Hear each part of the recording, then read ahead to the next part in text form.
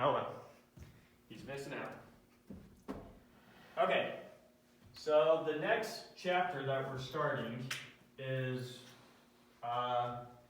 focused on creating new topological spaces from existing topological spaces. It'd be very tedious if every time we came across a topological space, we had to re-describe it from scratch. So if there's topologies that we're already very comfortable with, very familiar with, it'd be nice if we could construct our new topologies from those existing topologies somehow. So the first one that we're going to talk about, the first section, is the subspace topology. And so I'll kind of just motivate it for you really quick with a picture. So this thing right here, it's called a torus. It's the surface of a donut. Now, if we just wanted to somehow come up with a way of describing a topology on the surface of a donut from scratch, we might wonder, how are we going to go about doing that?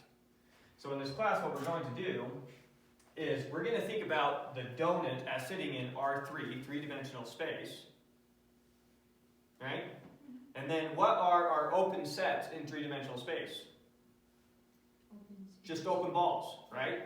So then I'm going to endow this surface with a topology, and the topology it's going to get is the intersection of my open balls with this surface. However, one of my open balls intersects this surface, that's what I'm going to call an open set, which is going to give me open ball looking things on its surface. You see that? So in a vacuum, dealing with a topology on a surface like this might seem how we can go about doing that. But when we view it as a subset of R3 and then endow it with that standard topology, then it becomes a lot more natural and workable. And now we know how to start doing stuff with it. So that's an example of one of the ways a subspace topology is so helpful. You're saying it's the intersection of all the open balls that intersect the surface of that donut? Yeah, so I want to know what's an open set in this donut. I would take an open set in R3, intersect it with this donut, and whatever that surface is on the donut, that circle on the donut is now an open set in the topology on the donut.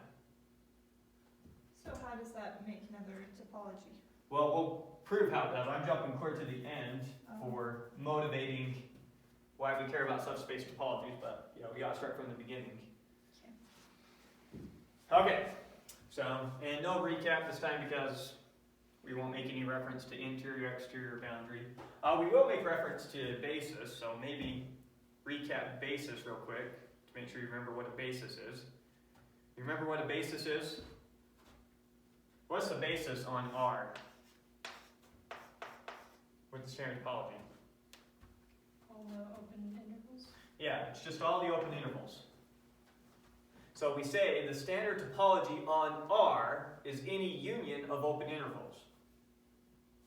If a set can be represented as a union of open intervals, then it's open on R. So 0 to pi, that's an open interval, therefore that's open on R. All of R, I could be an infinite union of open intervals if you want to think about it that way. So R is open. Anyway, so that's what our basis is. And there's a proof with basis elements that we're going to have to use, not clear till here, so I'll just reintroduce it there. Alright, anyways, let's get started. So, now remember, we've typically said let X be a topological space, but we were being lazy when we said that. When we said let X be a topological space, we really meant let X paired with tau be a topological space, and now I'm going to reference this tau later, and you just know it's a set of all open sets on X, right? So don't lose track, don't get confused by the fact that now we're explicitly stating a topological space here. We're now not being lazy. So let this ordered pair X tau be a topological space, and let Y be any subset of X. With me so far? So we're going to define tau sub Y to be all the open sets in tau, all the open sets on X intersected with Y. So take all our open sets in here and intersect them with Y. That's what tau sub Y is. Okay. With me on that? So then we're going to call Y and tau sub Y, that ordered pair, we're going to call that the subspace topology of tau. It's a subspace topology of x tau. From here on out, all I'm going to say is y is a subspace of x. And I say y is a subspace of x, what do I mean? I mean y comma tau sub y is a subspace of x comma tau where all these sets are defined in this way. What is U? Is that like a point or? It's an open set. U is in tau. Tau's are a collection of open sets. Okay. So I'm saying take all our open sets, every element in tau, intersect it with y, and that's what I'm calling an open set in y. Okay. With me on that? Mm-hmm. Okay. We got to here. So now we say y is a we already said that. We call V some subset of y open in y, if and only if there exists some u, some set that's open in x, such that V is equal to u intersected y. So all our open sets in y can be written as an open set in x intersected with y. We're going to prove that, oh no, that's what we mean by open in y. So it remains to show that this, in fact, gives us a topology on y. Is that a lot? You getting confused by anything? You kind of make stuff, like when you point to U, you Oh, say did I X. say the wrong thing? Yeah. Sorry. You're saying when I was explaining this? Yeah. Okay, so we call V some subset of y open in y if and only if there exists a u in tau. So this is a set that's open on x, right? Tau is a collection of open sets on x. So I call V as a subset of y open in y if and only if there exists u in tau, some open set on x, such that V, the set in y, is equal to u, the set in x, intersected with y. Okay. So if this u is open in x, then u intersected y is open in y. If u is open in x, u intersected y is open in y. Or V is open in y. Same thing. You follow that? I think so. Maybe really quick rough picture. Yeah. So here's x, and then here is some u that's open in x. Here's y, and V is this. Well, V is this. Here's V. V is open in y if and only if there exists some u such that V is equal to u intersected with y. Here's u, here's y, and this is V.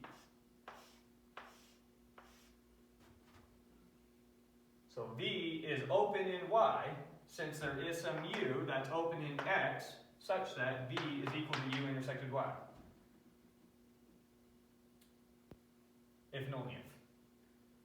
Think you understand the definition? Ready for the proof? Sure. Now our proof is that this tau sub y that we defined up here is actually a topology on y. That's what we need to show. Right? Now, what does it mean to be a topology on y? What do we need to check? It contains the empty and the whole, all of y.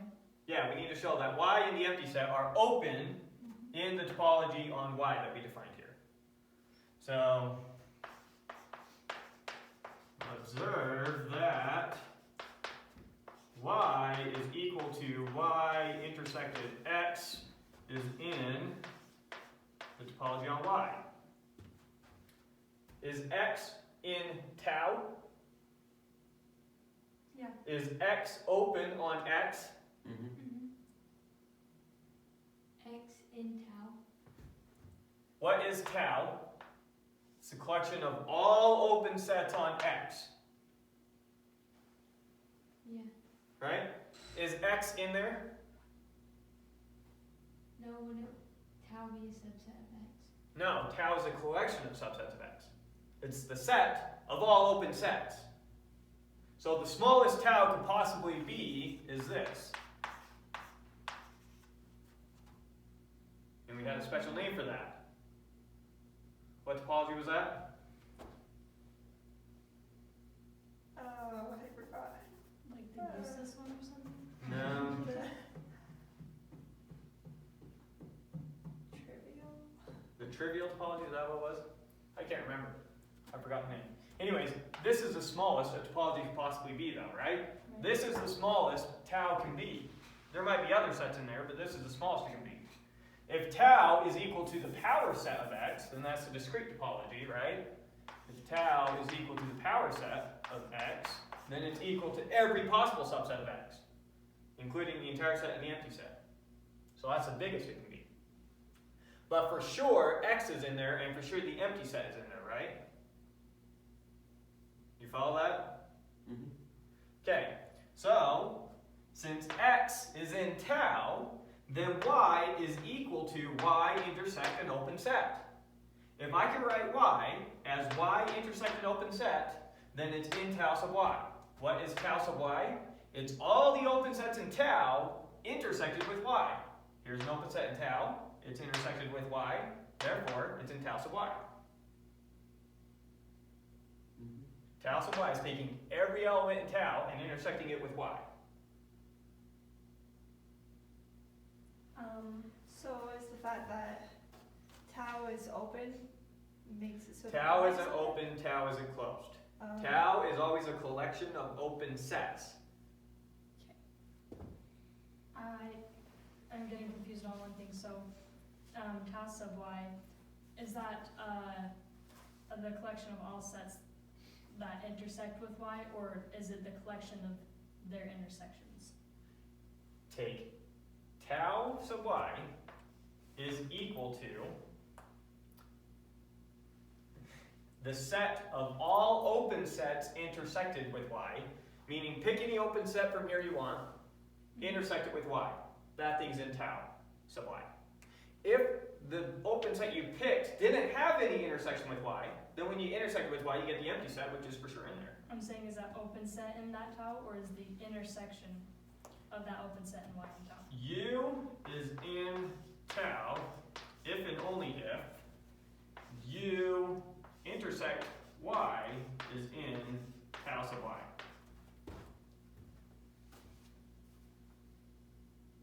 If U is a member of tau, U intersected with y is a member of tau sub y.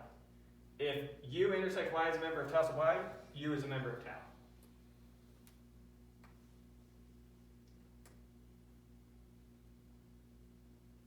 So you're saying any open set, I'm not understanding that. For all U in tau, U intersected y is in tau sub y. That's one direction.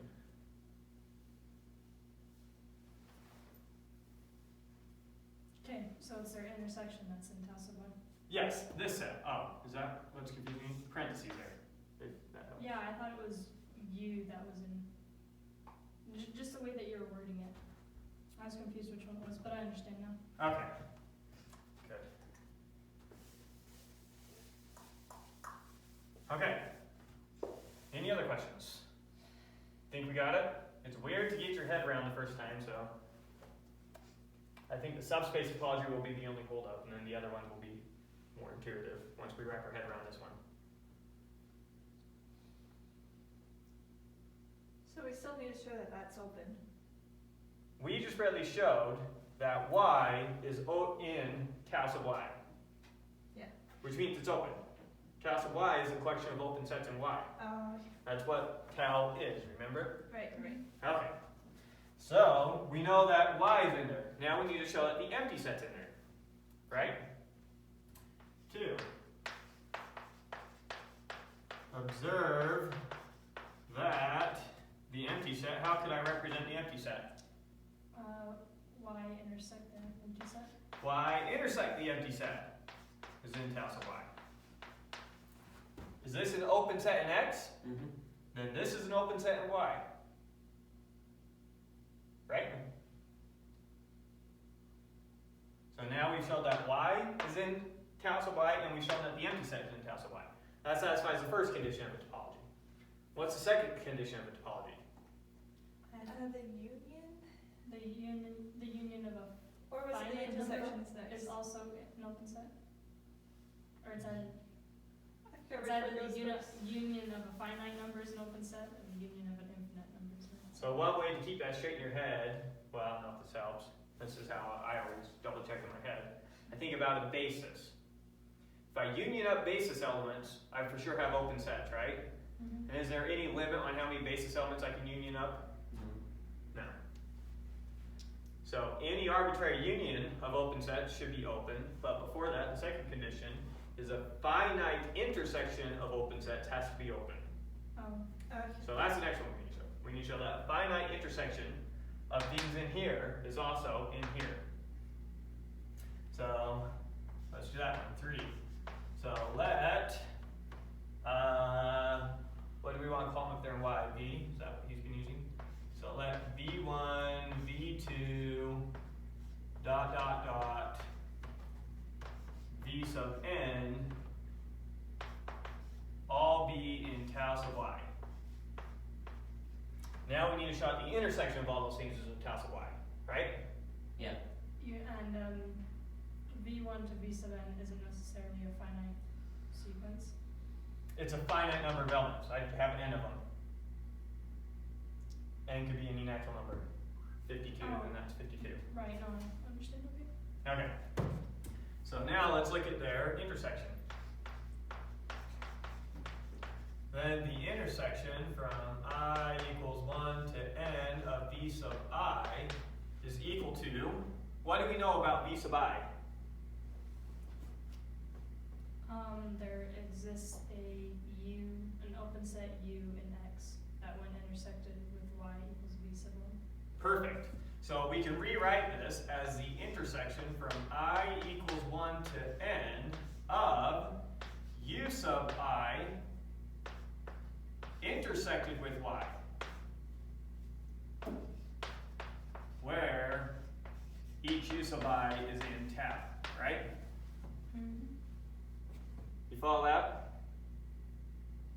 If V is, we know that V is open in Y, and what does it mean to be open in Y? V is open in Y if and only if there exists an open set in X, such that V is equal to that open set intersected Y. Okay. Right? Mm-hmm. Okay. Now, we're going to use, I don't know if you remember this here, if we had A intersected with C, intersected B, intersect C, that's the same thing as A intersect B, intersect C. And you can see that just from, we're saying and C twice. And that's the same thing as just saying and C if you want to think about it that way. If I know that an element is in A and C and in B and C, then it's in A and B and in C. Right? So, and this is true for any arbitrary number. If it's true for 2, you can see how you can prove this inductively. So I'm going to factor that y out of all the intersections. So then the intersection from I equals 1 to n of v sub I is equal to the intersection from I equals 1 to n of u sub I. Let me put some brackets here. It's equal to that intersected with y. You follow that? Mm-hmm. What? So expanding out, let's expand this out for a second. So we have the intersection from I equals 1 to n of u sub I intersect y, right? Well, this is equal to, let's write the first term.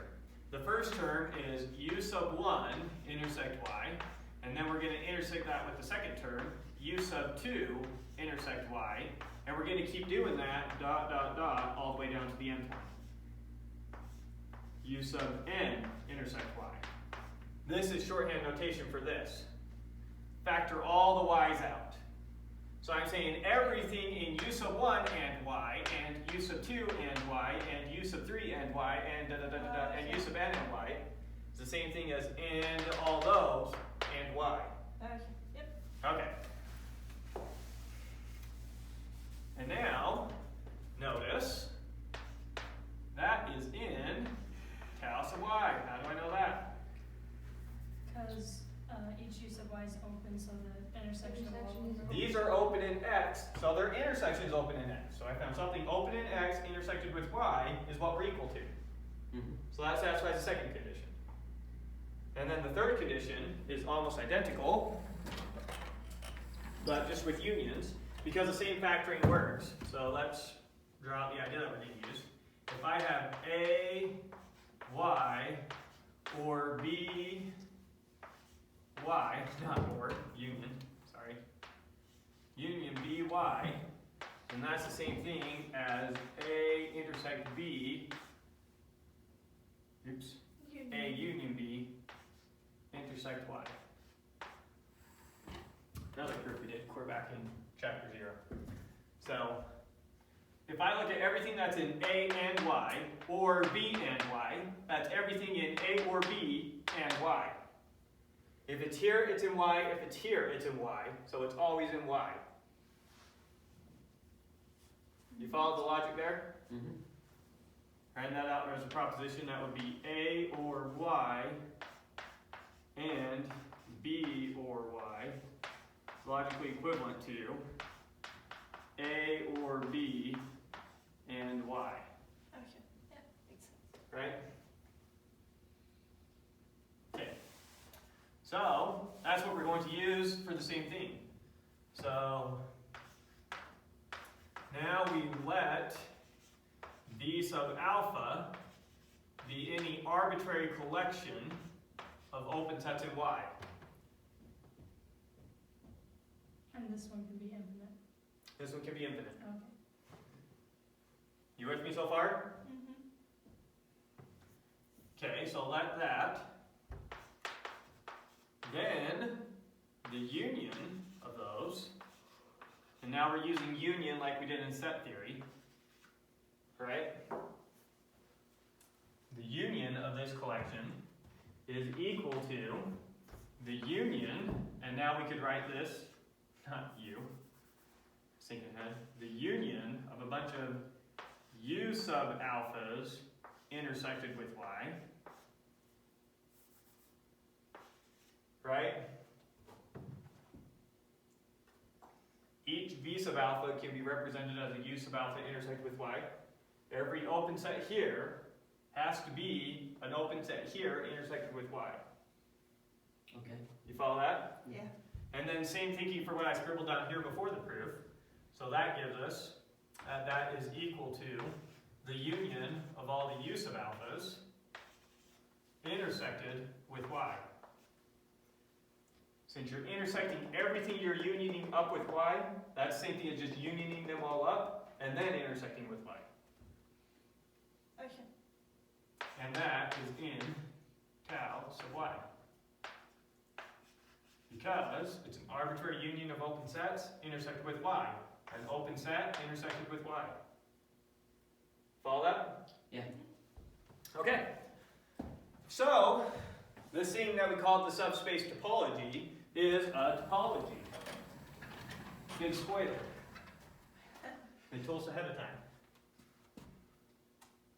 Okay. So now let's look at some concrete examples. So I'm looking at the interval from 0 to 1 inclusive as a subspace of R. Sorry, R with the standard topology. Forgot to write that. Okay. So R has a standard topology, and now I'm looking at the subspace topology on this. Okay. You with me? Okay. So now consider A1, A2, and A3. Notice that those are all open sets in R with standard topology, right? Mm-hmm. So now let's look at their counterparts in I and see what they look like and see if they're open. So first off, let's graph each one of these things. A1 is going to go from like right here to like right there, and there's A1. A2 is going to go from here to here, something like that. There's A2. And then A3 is going to go from here off the board, like that. A3, right? What do you mean by their counterparts? You'll see, so let's write out each of these now. So what's A1 intersected with I? 0 to 1/4. Yeah. 0 to 1/4, including the 0, not including the 1/4, Right. right? Yeah. What's A2 intersected with I? Just A2. It's still just A2. And what's A3 intersected with I? 3/4 to 1. 3/4 not including it to 1 including it, right? Right. So when I look at this interval now, here's I, and I intersect these open sets with I. My first open set starts here and ends there. My next open set is just an open interval, and my third one starts here and ends here. All three of those are open in I. This is open in I, this is open in I, this is open in I.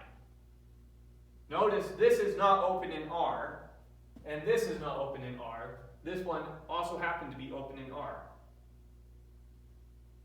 So just because a set is open in R does not mean it's open in I, and vice versa. But it is possible. And it's because of these boundaries that you see how it can interfere.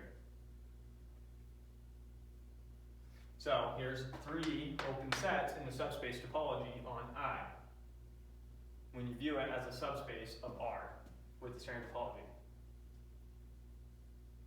You follow that? Anything weird? Any questions? It's kind of weird. So you're saying that those 3 are not open in R? Like the 2 end ones are not open in R? This is not open in R with the standard topology. How so? That's not a union of open intervals. Oh, okay. And that's not a union of open intervals. Right? We went over those in R. All our open sets in R look like open intervals or unions of open intervals, and our closed sets look like this, or unions of those things. Right? Okay, so let's look at another one. So consider the set of all integers as a subspace of R with the standard topology. Sorry, I forgot to say with the standard topology. What kind of topology are the integers going to have then? I feel like it's just the integers. The integers isn't a topology. Like, not like every integer is an open set. So you're saying whatever this thing looks like, you expect 1 to be in there, you expect 2 to be in there, And any collection of integers. Well, and not- any not- union of integers. So you're saying we expect 1, 2 to be in there? Well, obviously if 1 and 2 are open sets, then 1 and 2 is going to be in there. So what's not going to be in there? None, like, all the integers are going to be in there, so. All the integers are going to be in there. But what else are you trying to say? You're trying to say every possible subset of integers is going to be in there. Yes. So tau sub z is equal to, Z. not z, Or the power set on Z. the power set on z. There you go. The power set on z. You follow that? Okay. Yeah. So first off, let's look at something that we're saying is close in here. We're going to pick something random that's close in there. Give me some integers. Just any random Yep. integers. 16 and 16 and what? 8. 8. So we're claiming that the topology, the subspace topology on Z is going to be the power set of Z. Any subset of integers. Here's a random subset of integers. So now I need to show that this is open. How do I show it's open? I need to show that this is Z intersected with some open set, right? Mm-hmm. Notice that this is the same thing as Z intersected with the open interval 15 to 17 intersected with the open interval 7 to 9. So here's my open set, right? This interval, union, sorry, not intersect. This is an open interval in R, right? Mm-hmm. This is an open interval in R, right? So this is a union of open intervals. So this set right here is an open set. Yeah. intersect it with z, and what do you get? Get that set. All you get is these two. Yeah. That's it. So I just barely showed that this is equal to z intersected with an open set. Therefore, this is open in the subspace topology on z. Okay. And I can do this with any collection of integers you pick. Pick any integers you want. Here's our number line. Pick the integers that you want in that subspace. That one, that one, that one, and that one. I can go and pick little intervals around them, union those up. That And makes then the sense. intersection of z with those intervals is going to be that set. And I can do that with any subset of integers you want. You see it? Mhm. Contribute to your intuition.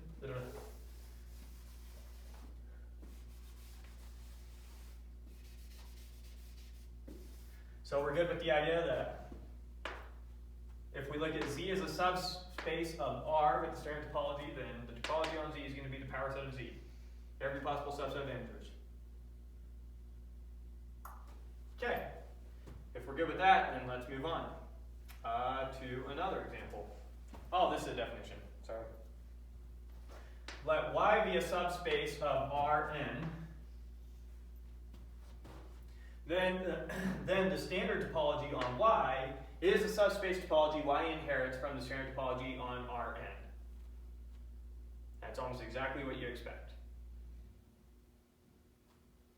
So if I say, look at the standard topology on Y, and you know that Y is a subset of Rn, then that means, look at the subspace topology you get on Y when you look at it as a subspace of the standard topology on Rn.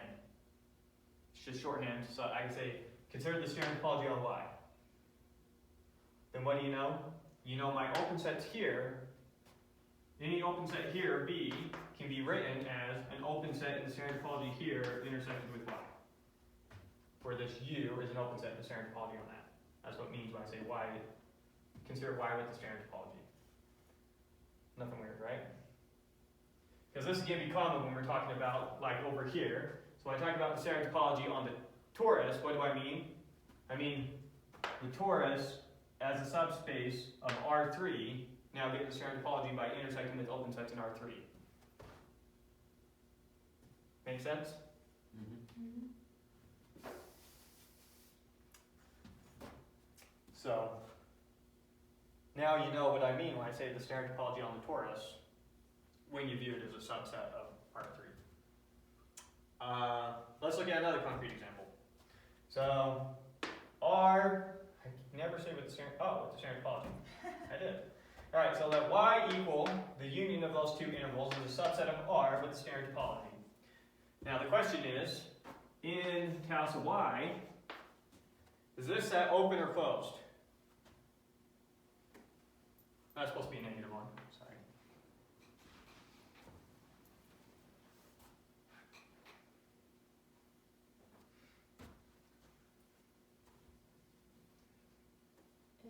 It's closed. Which one? It's open. It's open. We got one for open, one for closed. I mean, it could be both. It could be both. I don't know. I don't know if it's closed or not, but I think it's open. Well, then let's look at this one. Is this one open or closed? Close.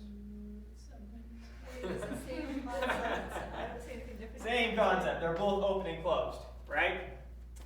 We know that this one's open, so this one has to be closed because it's its complement. We know that this one's open, so this has to be closed because it's its complement. So they're both open and closed. And how do I know that they're open? I could take this set. What set could I intersect it with to prove that's open? Like negative 2 to 0, I guess. Yeah, I could use negative 2 to 0. Notice that this set is equal to this set, Y, intersected with this. This is open in R, and if I take this and intersect it with Y, I get negative 1 to 0. Therefore, this is open, right? Okay. Similarly, if I were to take 0 to 2, I know that's open in R, and I intersect that with Y, then what am I left with? I'm left with 0 to 1. So I know that's open. And what is the complement of this? It's that. What's the complement of that? It's that. In Y, the complement in Y.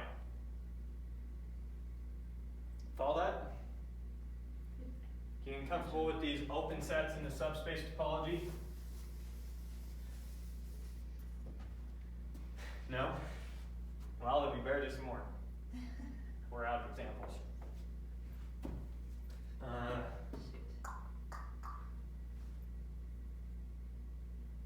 Make up some more examples, I guess. So here's R, and I'll just pick a random set in there. So I'll go, we'll say that's -3, and I'll go to 2. So there's my Y. Y is equal to -3, 2. And in fact, we'll add a little bit to it. We'll also come over here to 3, and we'll go to 4. So Y is equal to that union 3, 4. Give it a really weird set. There's Y. Question, is this open or closed? We'll do, let's see, 1 to 2 union 3 to 3.5.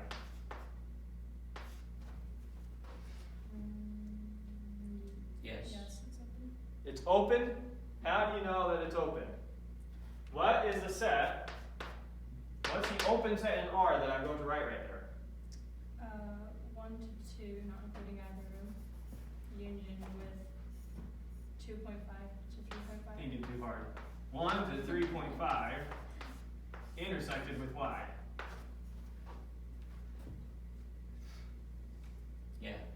You see it? Mhm. Here's Y. Y is this, right? And I'm saying, look, if I view it as the open set from 1 to 3.5, that's this open set, intersected with, draw Y in thicker so that we don't lose track of which one's which. So there's Y, Y is the thick one.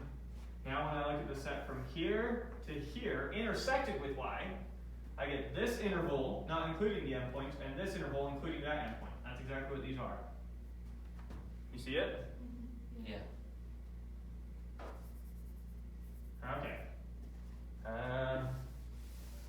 Another one. Let's see. We'll do 0 to 2.5. We'll not include this, and we'll include this. Is that open in Y? No. No, it's got points completely outside of Y. It goes all the way to 2.5. It's got points out here. How can that be a subset of Y? I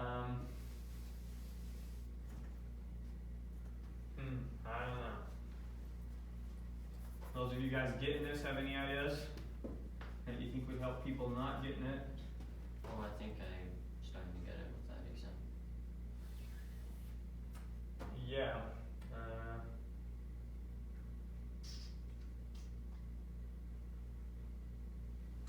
Yeah, I'm out of ideas that I think would help more. Are we going to be using that going forward? Subspace topologies? Yeah. Non-stop. Okay. Because, let me motivate this a little bit, like way, way, way down the road for physics. So, one of the ways that we model our universe is with what's called a manifold. And in thinking about a manifold, it's often helpful to think about it as a subspace, kind of like we look at this thing. So, how can I say this?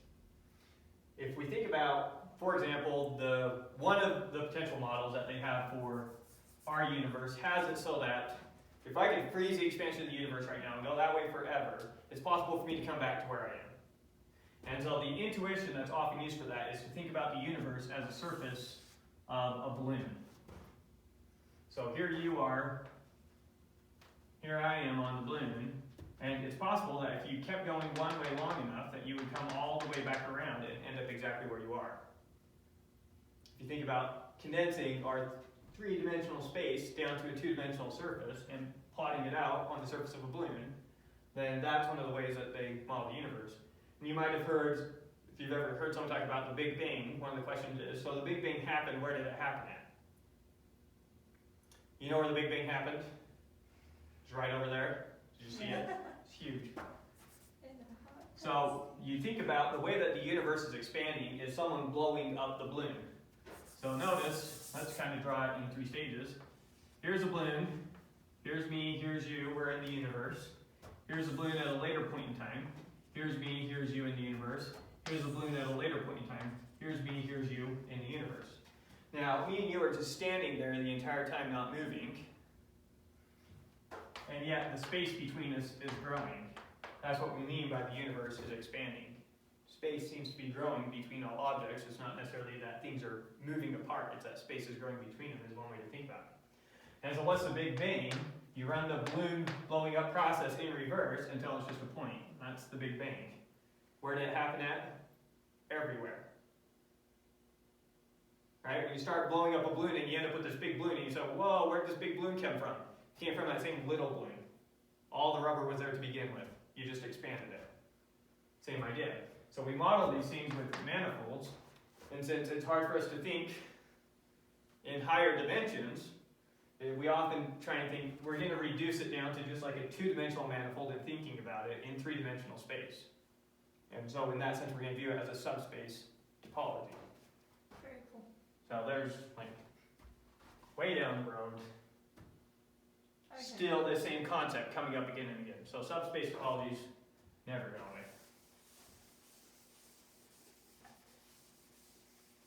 Especially a certain type. Well, never mind. Certain type. Well, I was going to say, doesn't matter. Yeah. Okay. Anyway, so yes, this is going to keep coming up. Okay. Subspace topologies never go away.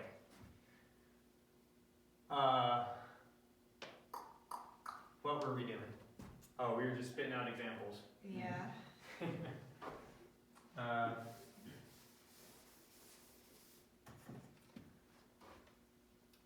Let's just go back to simple example and let's just re-go over it. Let's say I'm looking at, we'll just leave numbers out of it. I'm looking at, once again, this closed interval on R. What do all my open sets in this thing look like?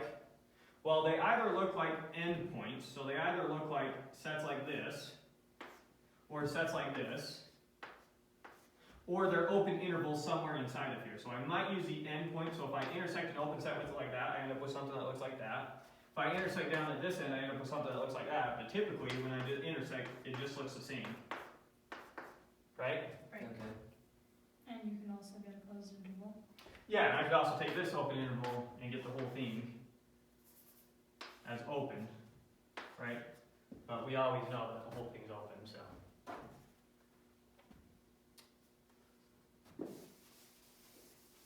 Okay. Think we're ready to go on? Yeah. Okay. Next definition. Let Y be a subspace of X, so they both have endowed topologies. X is endowed with the topology tau. Y has a topology tau sub Y, where every element in tau sub Y is an intersection of something in tau with Y. That's what we mean when we say let Y be a subspace of X. Right. All that is inferred now. So when I use this symbol, you know what I'm talking about. When I use this symbol, you know what I'm talking about. Right? Yep. Okay. Then, C as a subset of Y is closed in Y if and only if C is closed in the subspace topology on Y. If it feels like I'm saying the same thing twice, great.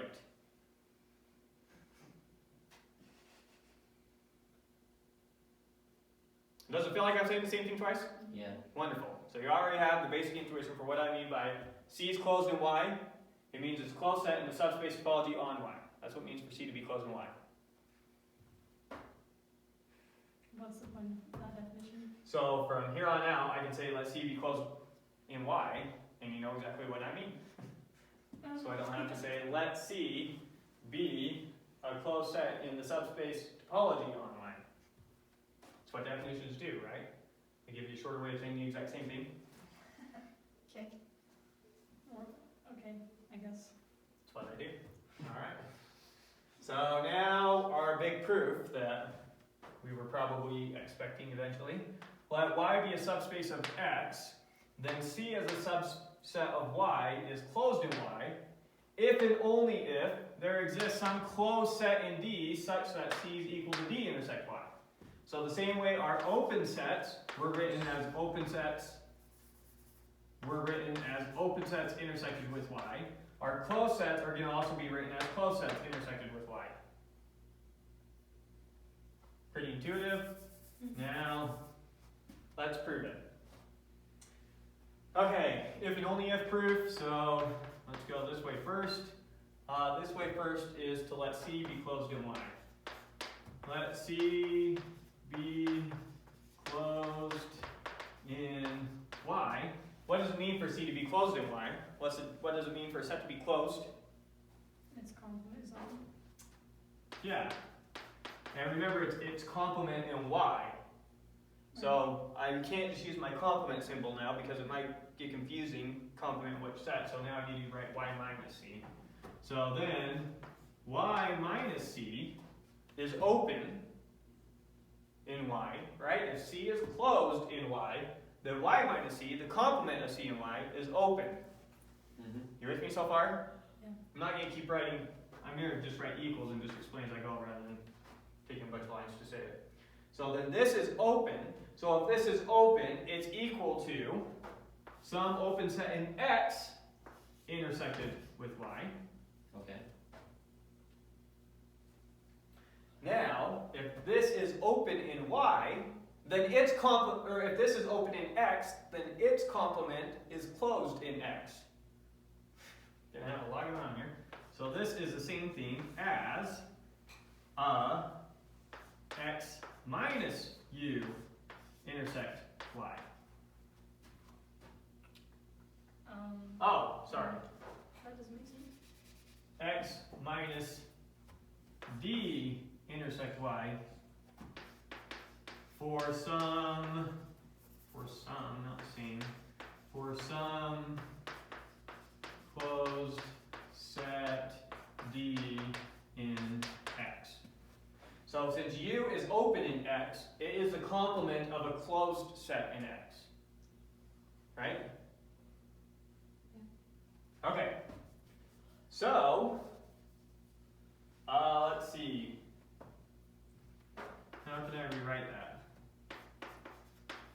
So then y minus c is equal to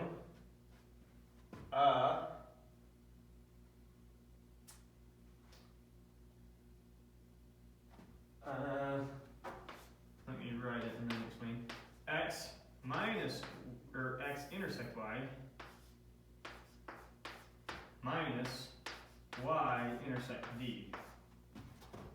You follow that? No. That is rewriting this. So what is this? This is everything in X that's not in D, and it's also in Y. So that's everything in X that's also in Y, minus everything in D that's also in Y. Sorry, I should have written those the other way. I think that's the way we proved it. But yeah, this is referencing another one of those set proofs that we did. Okay. Is that appealing to your intuition that and that say the exact same thing?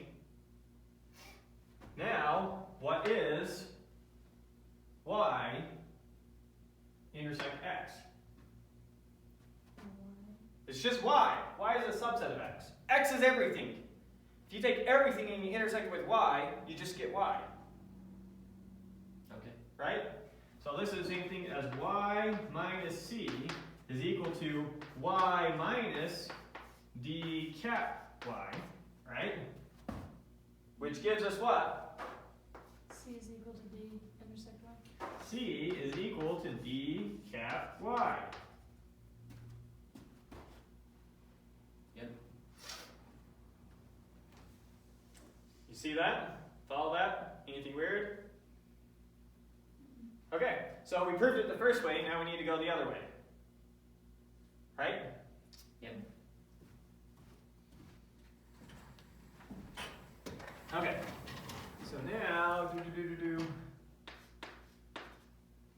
now we're going this way. let C equal y intersect D where D closed in X. So let C equal y intersect D where D is a closed set in X, right? Now we need to show that that implies that C is closed in Y. And to show that C is closed in Y, what do I need to show? Its complement is open in Y. That its complement is open in Y. Then Y minus C is equal to Y minus Y intersect D. You follow that? And it's a good thing we did this way first, otherwise we might have gotten stuck right here for a bit. But now we know that we can just rewrite that as X intersect Y minus Y, or minus D intersect Y. Right? Y is the same thing as X intersect Y. And then we use our same identity again, which is equal to X minus D intersect Y. Which is in tau sub Y. An open set intersected Y is in tau sub Y. So, lucky that we chose that way first. Otherwise we for sure would have gotten stuck right there. At least I would have. Maybe you guys would have been like, no, it's obvious. It's Yeah, because the bug didn't get that first. So. A little worried we might get stuck, but we didn't. Alright, any questions on that first before we continue? No. Alright, let's see what we're proving next. Let y be a subspace of x and let beta be a basis on x, then beta sub y equal to the intersection of all the basis elements is a basis for the subspace topology on y.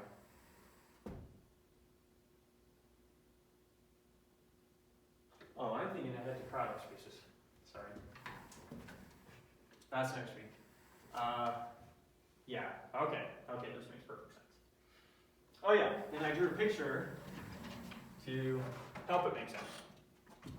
So here's our x, here's our y. Oh, I need to give you a throwback to the theorem that we're going to use. So the theorem that we're going to use is, if we had some collection of sets, call it beta, and if it was true that for every open set U, and for every point in U that we could find, if we could find an element in beta, call it B, such that X is in B is a subset of U, then it turns out that scene beta is a basis. Let's say it one more time. Beta is a collection of open sets in tau. That's all I know about so far. And it satisfies another property. It satisfies the property that for any open set U you pick, and for any point X you pick in it, if I can find an element in here, an element in beta, call it B, such that X is in B and B is a subset of U, then the collection of these sets is a basis. Okay. Do you use the Lego analogy for bases, right? I use that analogy for explaining what a basis was. Okay. So I said, in thinking about a basis, and our topology is every possible Lego structure, then the natural basis that we might choose is, a basis is any particular type of Lego piece you can think of. So you have a finite number of possible types of Lego pieces, and then the set of all Lego structures you can possibly make is just a union of those pieces, right? So that was my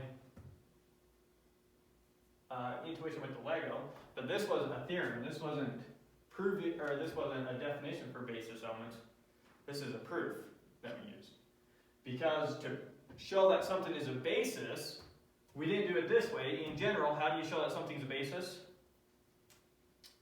It's like a union of open levels. A neighborhood? One, you need to show that for all x in X, such that x is in B. Every x has to be in a basis element. Yeah. That was 1. 2 was if B1 intersects B2 is not empty, then there exists B3 such that, where all these are basis elements, such that B3 is a subset of B1 intersects B2. So, when you're proving something's a basis, by definition, you have to prove these two properties. That got kind of tedious, so we came up with this other proof over here, which uses the union lemma. So maybe you could understand high level with the union lemma, how this shows that beta is a basis. If I can show, so here's use some open set. If I can show that for any open set you pick, and for any point in it you choose, I can find a B surrounding that point, such that this is true, then U is going to be the union of all those B's. Call that a B sub x. So for each x, I can find a B sub x, such that x is a B sub x is a subset of U. Then U is going to be the union of all those B sub x's. And so all my open sets can be constructed as union of B sub x's, therefore, those B sub x's are a basis. That's intuition for it. So this is the long way of proving that this is a basis. We can do it this way if you guys want, or we can use this theorem. We can use the theorem. Well, if you're not comfortable with the theorem, I'd rather do it the long way. If you're comfortable with the theorem, I'd rather do it that way. You're comfortable with the theorem? We feel like we understand what we're saying, or should we just prove it by the horns? Makes sense. So use the theorem. What did you say? Theorem. Use the theorem?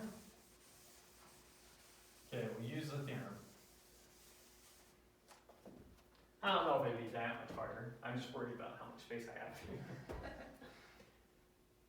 Okay, let's see. So, we need to show that for any open set and for any point in there, I can find a basis element containing that point and we're good. So, let V, and I'm proving that this is a basis on tau for tau sub y, right?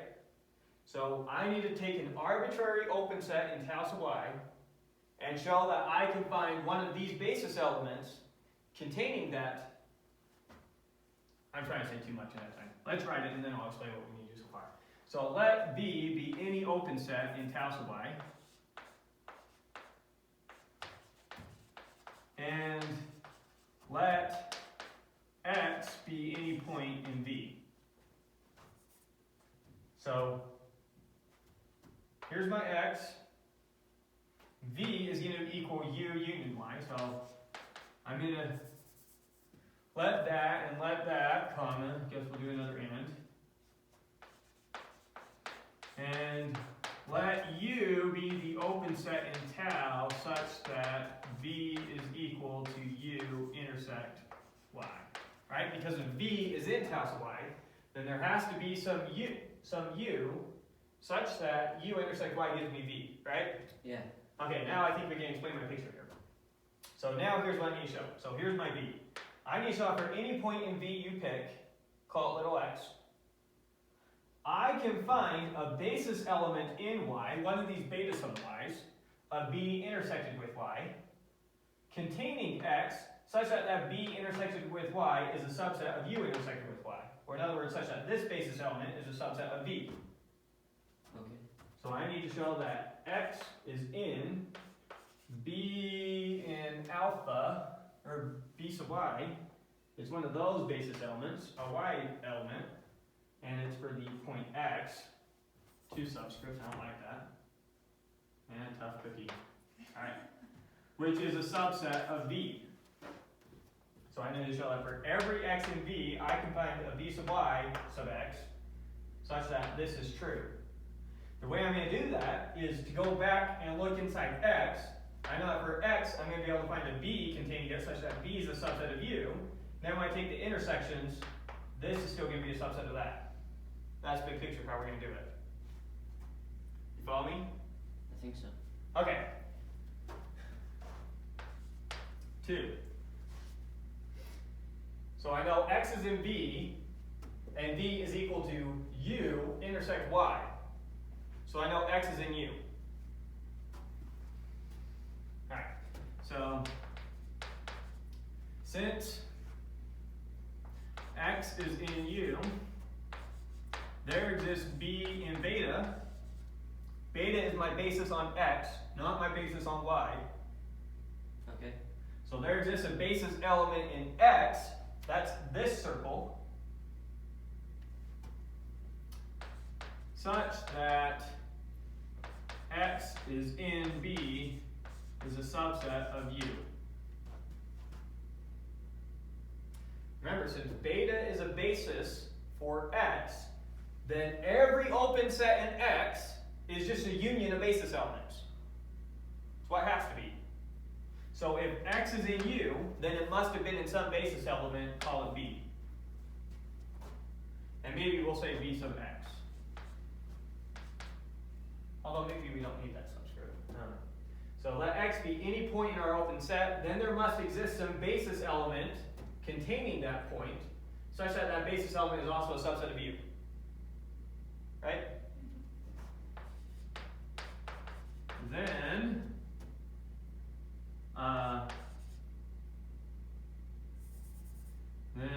x is in B sub x intersect y.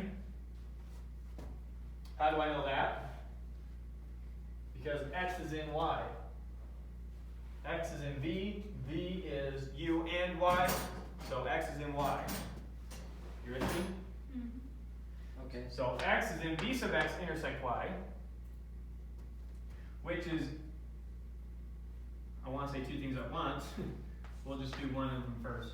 Which is a subset of U intersect Y. How do I know that? Because B sub x is a subset of Because B sub x is a subset of U, perfect, which is equal to V. Okay. That's my definition of V. U intersected with Y.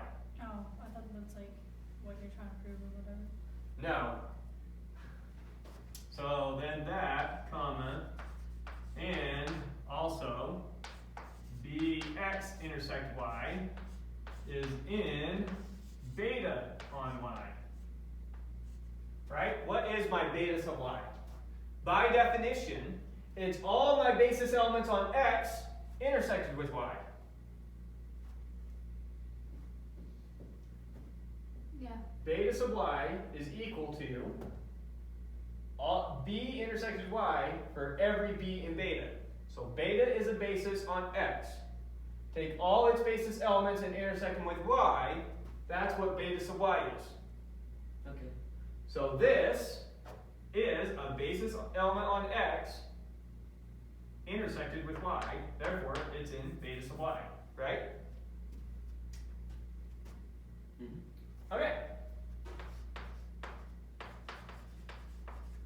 Then X is in Bx intersect Y is a subset of V, and we already said this, I don't know if we can say it again, is in beta sub Y 5, therefore it's a basis. Therefore, beta sub Y is a basis. What the heck? Yeah, right. Basis for tau sub Y.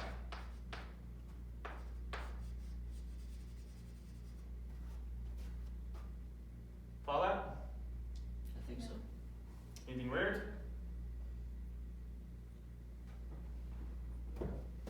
Okay, so then we just had a couple more examples, and we're done. So,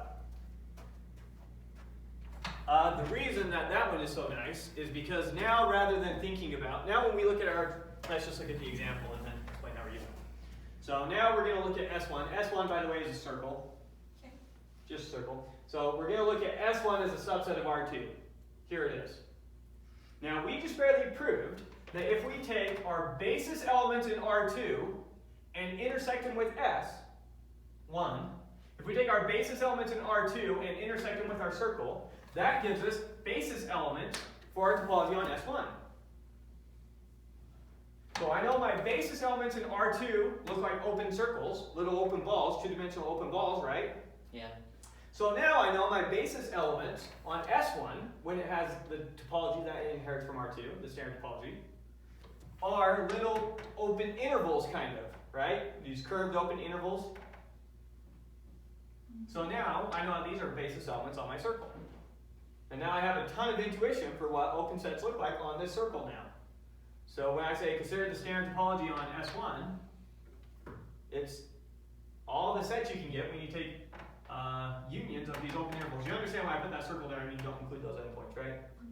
Yeah, but I don't understand how you don't have the interior of it a little bit. S1 is just the circle, not the disk. Oh, okay. Just the boundary points. Good. I'm glad you said that because I was going to specify that and I forgot. S1 is just the circle. No, any of this is not a point in S1. S1 is a one-dimensional figure. Okay. Right? If you lived in X1, if you're a point that lives in the S1 universe, you can only go that way and that way. And if you go that way long enough, you get back to where you started. Okay. It's a curved S1 universe. It's a curved one-dimensional universe. Okay. Like I say, when we think about our universe, one of the ways we think that it might exist is as a similarly a four-dimensional because time's a dimension, that doesn't matter though. Think about three-dimensional if you want. A three-dimensional closed universe just like this. Or if you're right here and you keep going long enough, you get back there. Or the surface of the Earth, you can kind of think about as a closed ball. If you think about the topology on the surface of the Earth, if you try to imagine the surface of the Earth is just two-dimensional, so we can't look up, we can only look forward, backward, side, side. Similar thing, right? So do you think we're like a subset of some other dimensional? Well, you actually don't have to be a subset of a higher dimensional space. So it gets to the point where we can actually define things on the topology where we only use its surface, on the manifold where we only use its surface and we don't have to make a reference to a higher dimension. It's just easier to think about in terms of a higher dimension. And once you go far enough along, then they'll say, okay, here's how we're going to start being very careful to define things so that we don't use things outside our universe to define properties in our universe. But when you're working your way up to get intuition, it's very helpful to think about it as in some higher dimensional universe. Here it is. Okay. Like with S1, right? We try to imagine this S1 universe where you're just this point, and all you can do is go forward and backwards, but for some reason you might be able to see the back of your head. That's weird. But then when we look at it as a subspace of R2, it feels a little bit more natural. Of course, gravity would have to work a weird way, so that photon going up there, whatever. But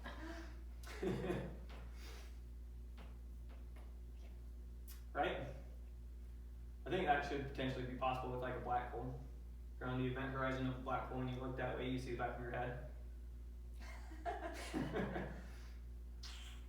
Okay. Of course, do you experience time? Anyways. So there's one example. Let's look at another one. Back to the torus now. So now we're looking at the torus, the surface of the donut, just the surface. So remember, you can't go in, no points actually inside of it. And the way we think about mapping this out is, let me kind of draw it flat right here. So we're going to ignore this arrow for a second. So we're going to flatten it out looking. We have the circle here, and we're rotating it around in the z dimension so it comes back here. That's what we're doing. We're taking the circle and we're rotating it around. So if I just use this axis and this axis right here, here's that same circle I drew there. It's rotating around and creating a donut. That's what I'm trying to draw there. Yeah. You understand my picture?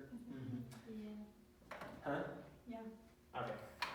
So there's our torus. Now what's an open set in this torus? It's however an open ball intersects with this thing. Right? Yeah. So we typically, when we think about the small ones, they're just going to be little patches, little circular patches, any union of little circular patches. Mm-hmm.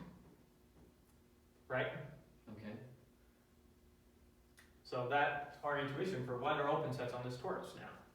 And so you know something like if I were to include those points, but not include these points, I was talking about this patch, you know, no, that can't be open. It has to be a union of little teeny open patches where it doesn't include its boundary, but just the interior points. Right?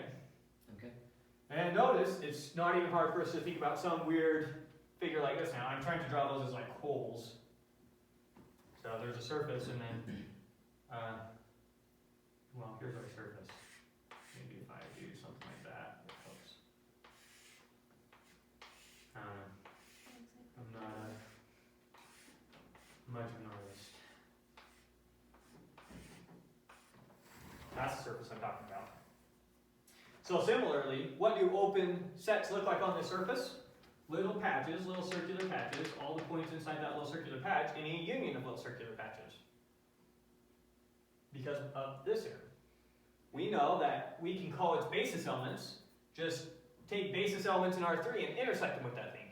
Whatever we get, we can call those basis elements now. And so any union of those basis elements, little circular patches on this thing that we can possibly make, those are the open sets on this weird, globby, who knows what it is. Make sense? So notice now, for something as weird as that and deformed as that, it's still not hard for us to talk about the topology on it that much, and we still have a pretty good intuition for what open sets on that thing might look like and closed sets on that thing might look like. Right? Okay. Okay. So that is it for subspace topologies. And then next week we'll be talking about product space topology, so make sure you are very comfortable with what that means when A and B are sets. Because that's how we're going to construct it. We're going to take two topologies and take their cross product in new topology. So, if that scares you, go back to when we talked about cross products and make sure you understand cross products. I understand cross products. I don't understand the cross product two topologies. Well, one way that we can think about this topology right here is a circle crossed with a circle. Take a circle, and now assign a point in a circle to every point in the circle. So for every point on my circle facing down, hard to do in 3 dimensions, let's just look at a bird's eye view and see how we make it down it. So here's a circle, and now to every point on the circle, I need to assign a circle. The circle I'm going to assign is a circle around that point. So it starts here and it ends here. I'm going to do that for every point on the circle. And so I'm going to create a circle for every point on the circle. I'm going to end up with a torus. So the torus is S1 cross S1. One way to get the torus. That's cool. And we'll talk about, I don't know if it'll be next time. No, that's going to be a quotient topology, but we're getting close to the Klein bottle. Any of you heard of that thing? Oh. Well, then it won't be that fascinating. But Say it again. the Klein bottle? Slime bottle. I think I'm saying it right. I have no idea what that is. Anyways. That's it. Assume you guys didn't have any questions that you want recorded.